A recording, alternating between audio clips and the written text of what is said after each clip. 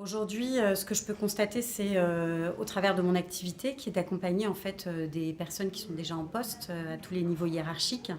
On peut constater, notamment grâce aux statistiques, qu'il y a des disparités de salaire, que, on fait évoluer beaucoup plus rapidement les hommes que les femmes dans les entreprises. Voilà, on pourrait donner plusieurs statistiques et il y en a d'autres qui remontent justement au démarrage, d'une carrière, d'une femme, d'une jeune femme, qui va être en fait, la différence, d'intégration en CDI et en CDD. Il y a beaucoup plus d'hommes qui arrivent en CDI, après leurs études que de femmes.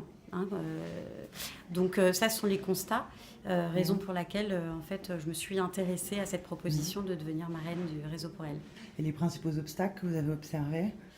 Les obstacles. Les femmes s'en mettent elles-mêmes, c'est ça? Voilà, donc en fait, je dirais qu'il y a deux aspects en fait, des difficultés. C'est à la fois les difficultés que les femmes se mettent elles-mêmes, enfin qui relèvent en fait d'elles-mêmes, tout simplement parce que la société veut ça. C'est-à-dire que en fait, entre l'inconscient collectif, la mémoire collective, tout ce qui est ancré en fait dans les inconscients, et puis les difficultés, les vraies difficultés aussi face à un recruteur qui va poser peut-être des questions un peu délicates, mais qui va le faire de façon un peu insidieuse.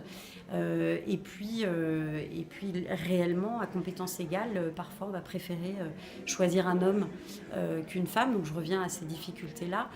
Donc en fait, pour une jeune femme, c'est de retrouver confiance en elle, et donc de les accompagner, de l'accompagner à retrouver confiance en elle, à avoir envie du coup, et à ouvrir davantage le champ des possibilités pour se dire ok, je peux me mettre comme challenge mon job idéal et d'aller le chercher, d'aller le trouver et de se dire que je vais activer toutes les ressources que j'ai en moi, puisqu'on on a énormément de ressources en nous, pour y parvenir et arriver à mon objectif. Ouais. Et est-ce que vous avez quelques petits conseils, quelques petites il y en a astuces plein. pour ça? Deux, trois préférés? Alors, il y en a beaucoup. La première chose, c'est déjà de regarder tout ce qu'on est capable de faire, que ce soit pendant les études, voilà, ce qu'on appelle les compétences transférables. On peut aussi les regarder pendant ces études. C'est qu'est-ce que je suis capable de faire pendant mes études. Mais ça ne se limite pas à l'expertise métier, à la technique métier, parce que tous les métiers, en fait, requièrent beaucoup de compétences transverses qui sont l'organisation, la gestion du temps, la persévérance. Voilà, on passe de qualité à des compétences qui peuvent être vraiment des sources de potentiel, en fait, d'activation de potentiel à présenter pendant l'entretien. Bon, là, il faut y travailler, il faut être accompagné, mais il faut aussi en prendre conscience. Les astuces, c'est aussi de se dire... pendant 1 heure d'entretien, par exemple, physique, la personne qui est en face de moi, qui va peut-être être mon futur ou ma future N+1, patronne ou chef ou manager, va en fait transposer en 1 heure ce qu'elle va voir et ce qu'elle va entendre sur le poste. Donc évidemment, on parle de la ponctualité qui n'est pas une qualité mais qui est une obligation.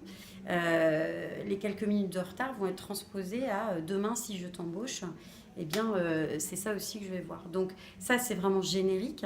Maintenant, c'est aussi de se mettre dans une posture, je suis capable d'eux et je peux répondre à la demande, quelle que soit ma condition, et surtout aussi celle de la femme, puisqu'on a le même cerveau que celui des hommes. D'accord. Vous pouvez en 2-3 mots juste nous présenter le Réseau pour elle dont vous êtes marraine?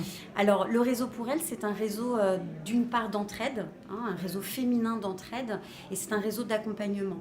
Donc, à la fois, c'est pour fédérer justement les intelligences collectives, travailler en intelligence collective, pour faire des problématiques individuelles une problématique plutôt collective. Donc ça, c'est le concept réseau. Et puis, c'est aussi un accompagnement par des actions concrètes, pragmatiques, des conférences, des ateliers, des after-work, avec un fil conducteur et qui va être adressé à toutes les étudiantes, pas seulement de la SMERET, mais toutes les étudiantes sur le territoire français, en métropole et aussi dans les territoires de Martinique, Guadeloupe et Guyane.